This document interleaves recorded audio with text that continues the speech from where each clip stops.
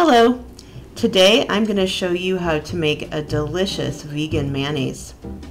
We're going to be using an ingredient that you may have never heard of before. It is aquafaba.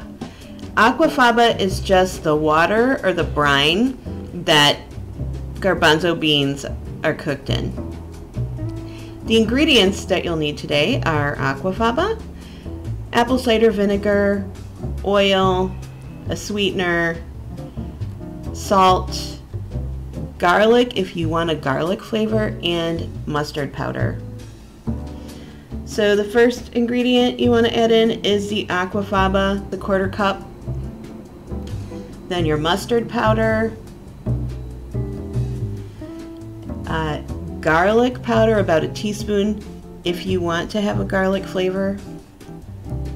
You can leave it out if you want. Salt, of course. And then a couple teaspoons of apple cider vinegar. I like to use raw apple cider vinegar because it has health benefits. As does real maple syrup, which is what I'm using as a sweetener today. So then you just want to blend this all together for about 30 seconds. And what's going to start happening is you start activating that aquafaba, that garbanzo brine. You probably just want to use the liquid from inside a garbanzo bean can and not make it from scratch. It tends to be more reliable.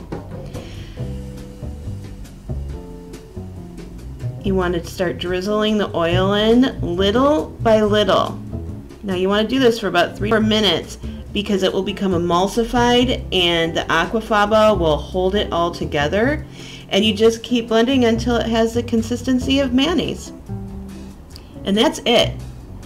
Really easy, really inexpensive, which I like, and I cannot explain to you how delicious this is when you add the garlic. I love it so much, especially on avocado toast.